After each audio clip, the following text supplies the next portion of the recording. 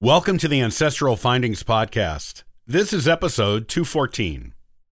Middle names are important genealogical research tools. They can tell you about the political beliefs, personal values, friendships, business connections, and even earlier generations of the family that bestowed them.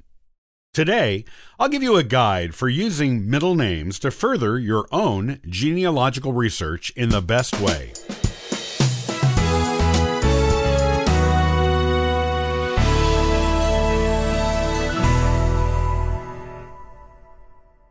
If you've been doing genealogy for any length of time, you will no doubt have noticed the seeming significance of middle names in many families.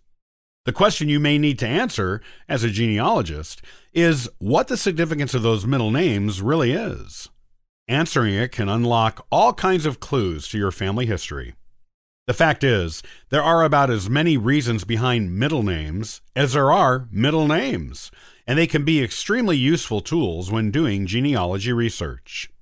This usefulness applies to research on both long-ago ancestors and present-day relatives. Middle names can be incredible clues as to a person's ancestry, or they can mean nothing at all, just a name a parent or parents liked. It is your job as a genealogist to determine which is true. Then, if the name has significance, you must determine the nature of that significance.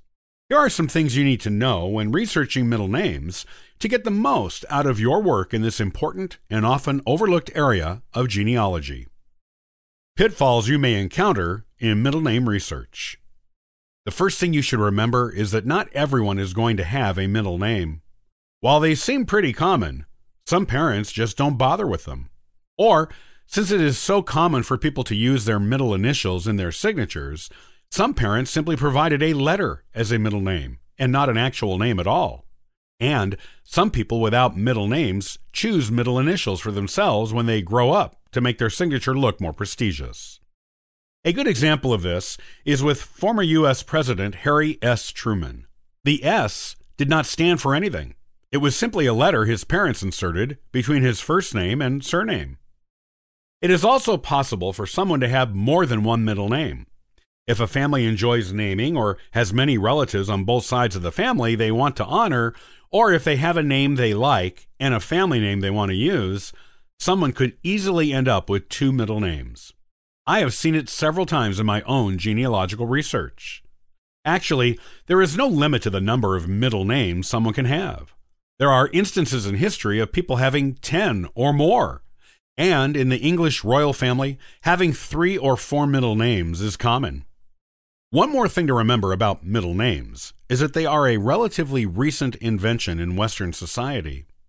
The Germans started using them in the 17th century, and the custom gradually made its way to the rest of Europe and America in the 18th century, usually in Germanic communities.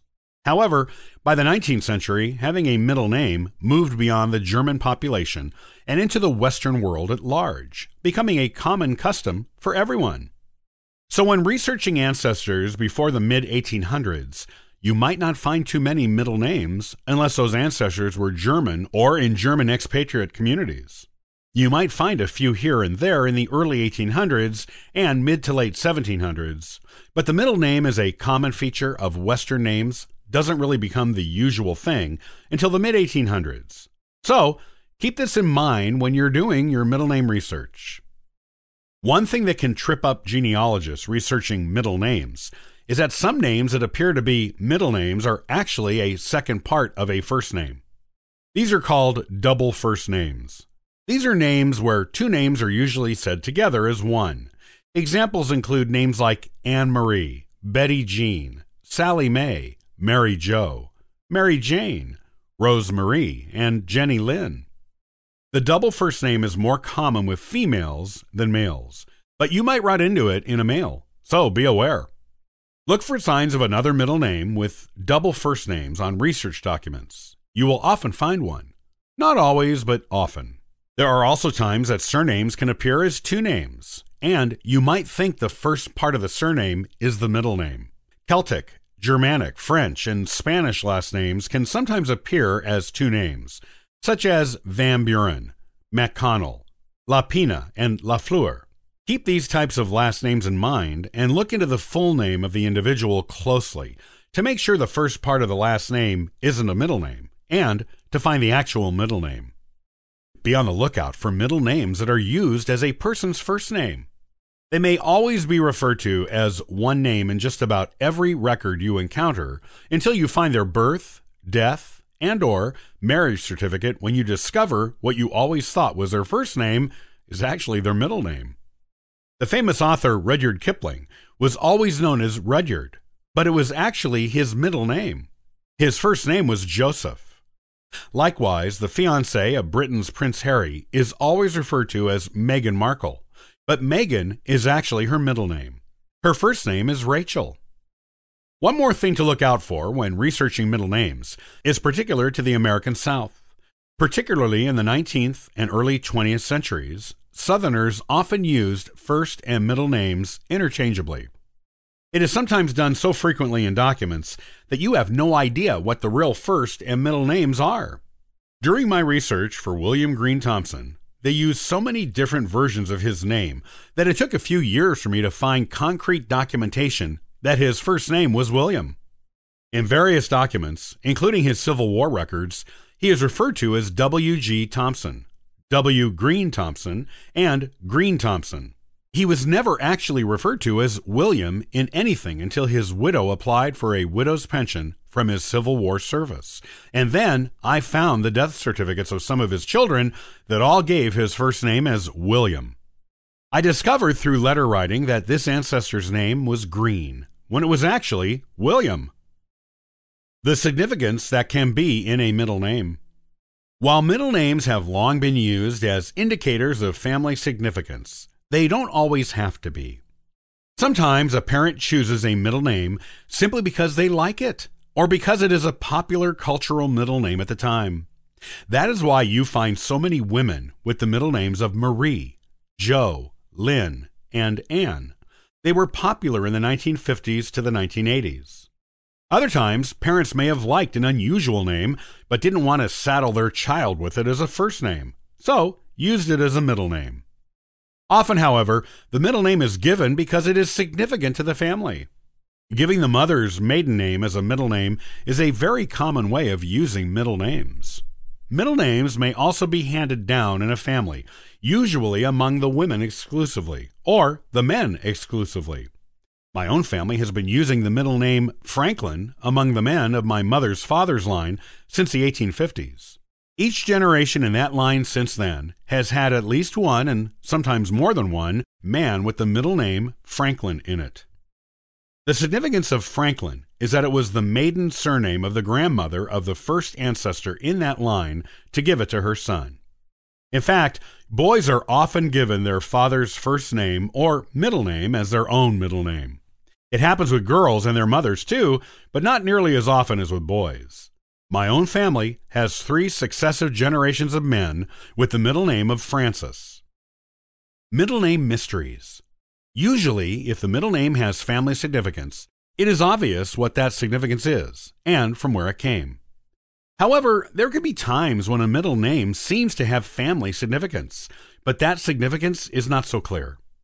This is when you really have to bring out your genealogy sleuthing skills and do some deep research into not only your family, but the people around them, and even the times in which they lived. As an example, a branch of my family with a frustrating lack of records beyond 1813 has 2 successive generations in the 1800s who gave the middle name Baumgartner to their sons.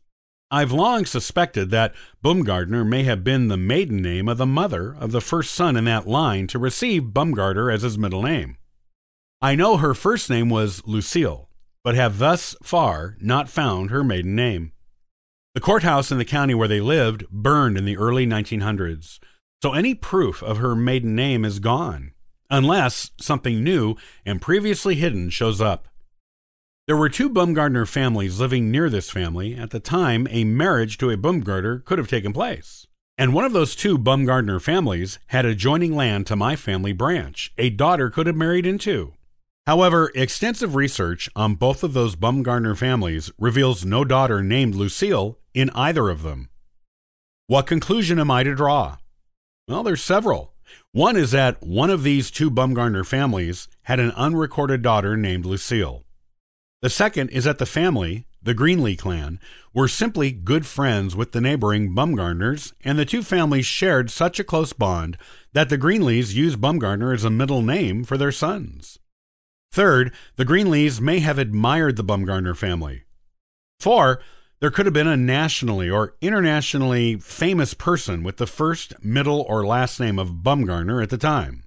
This shows that when the family significance of a middle name seems to be there, but its origin is not clear, one must not only research the family, but neighbors and even the people and events of the time period to determine if there is actually any significance to the middle name. I still haven't figured out the significance of Bumgarner to my 1800s era Greenlee clan, but since Bumgarner is an unusual name, and it was given as a middle name to two successive generations of boys in that family, it seems there must be some significance to it. If it turns out Lucille was a Bumgarner, then the middle name is a clue to the previously unknown maiden name of a female ancestor. Or it could tell me something about the social circle of the family, or their values during this time period. I continue to research it, and one day I will crack the mystery open and find the truth inside. The values of your ancestors are often reflected in middle names. In the early 1800s, and up until the Civil War, there were plenty of children born with the middle names of Washington and Jefferson. This can clearly tell you who their parents admired, and even sometimes what their political leanings were. After the Civil War, middle names like Lee, Jackson, Davis, Grant, Lincoln, and more prospered. Guessing the political leanings of parents who used those middle names with their children isn't difficult, and those middle names weren't always applied to boys. I have a great-great-great-grandmother who was named Martha Washington Moneymaker. Obviously, her parents admired George Washington and named their daughter after his wife. Don't just look for national political figures to discover the significance of an ancestor's middle name. Their first name or surname of a prominent local hero or politician may have been used as the middle name. The middle name might also belong to someone local who helped out the family in some way, such as by giving the father a job or providing them with financial assistance, land, or something else they needed when they needed it most. The middle name could even be the first name or surname of the pastor of the church the parents attended, maybe even the minister who baptized the child who bore his name as a middle name. These are just some of the ways in which middle names can be significant to a family and, as a result, important genealogical searching tools and clues. Look closely into any middle name you come across in your research. It may be there just for show, but if it has any significance to the family, it can tell you more about your ancestors than you could ever find in written records, and can also lead you to earlier generations you may never have otherwise located.